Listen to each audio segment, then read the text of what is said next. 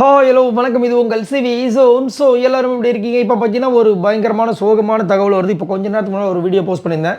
ஏன்னா ஃபுல்லாக வந்து ட்விட்டர் அந்த சோஷியல் மீடியாலாம் ஃபுல்லாக பார்த்தீங்கன்னா கானாவனத்துக்கு நீங்கள் ஓட்டு போடுறது நிறுத்தாதீங்க, இது வந்து ஃபேக்காக கூட இருக்கலாம் அப்படின்ற மாதிரி ஒரு நியூஸ் போயிட்டு இருந்தது. நானும் கொஞ்சம் ஓகே, ஏதோ ஒரு நல்லது நடந்தால் சரி, வினோத்துக்கு எப்படியாவது டைட்டில் கிடைக்கணும். ஏன்னா நான் ஆல்ரெடி சொன்னதான், அதாவது விஜய் பார்வதுக்கு அடுத்தபடியாக எனக்கு இருந்த ஹோப் என்ன அப்படின்னா, சரி கானா வினோத் கிடச்சா சந்தோஷம் அப்படின்னு தான் நான் நினச்சிட்டு இருந்தேன். பட் இப்போ என்ன தகவல் வந்திருக்குன்னா, அதை யார் உறுதிப்படுத்தியிருக்காங்க அப்படின்னா, கொஞ்ச நேரத்துக்கு முன்னாடி கானா வினோத் அவங்களுடைய ஒய்ஃபே வந்துட்டு எனக்கு கால் இது வரைக்கும் வரலை, நான் கொஞ்சம் வெயிட் பண்ணுங்கள், நானே உங்களுக்கு அப்டேட் பண்ணுறேன்னு சொல்லியிருந்தாங்க இல்லையா. அவங்களே வந்து அவங்களுடைய ஸ்டோரியில் வந்து ஷேர் பண்ணியிருக்காங்க. இன்னொருத்தங்க வந்துட்டு அதை வந்து சொல்லியிருக்காங்க, இந்த மாதிரி கானா வினோத் பெட்டி எடுத்துகிட்டு வெளியே வந்துட்டாங்க அப்படின்னு சொல்லிட்டு அவங்க ஒரு சில விஷயங்கள்லாம் சொல்லியிருக்காங்க. அதாவது அவங்க எப்படி எடுத்தாங்க அப்படின்னா, உள்ளே வந்து பிரெயின் வாஷ் பண்ணியிருக்காங்க. நான் ஆல்ரெடி இது லைவ்லேயே ஒரு விஷயம் போயிட்டு இருந்தது இல்லையா.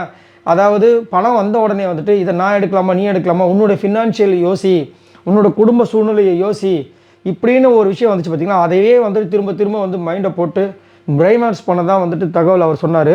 அதே மாதிரி இப்போ எடுக்கலாம் அப்போ எடுக்கலாம் அப்படின்னு வந்துட்டு அவர் சொல்லியிருந்தாங்க.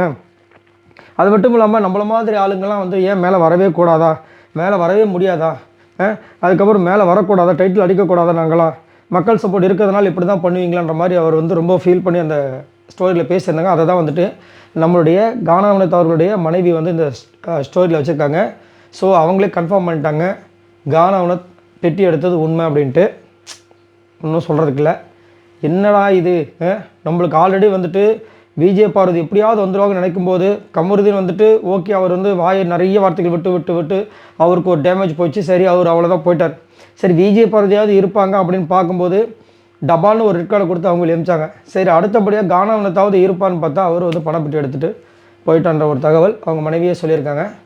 ரைட், இதை பற்றி உங்களோட கருத்துக்கள் சொல்லுங்கள். அப்போ மீதி இருக்கிறது 5 பேர், சாண்ட்ரா உட்பட சபரி, திவ்யா, அரோரா, விக்ரம், சாண்ட்ரா, இவங்க 5 பேரில் தான் வந்து ஒருத்தவங்களுக்கு டைட்டில் கிடைக்க போகுது. உங்களோட கருத்துக்களை சொல்லுங்கள். பாய் நண்பர்களே.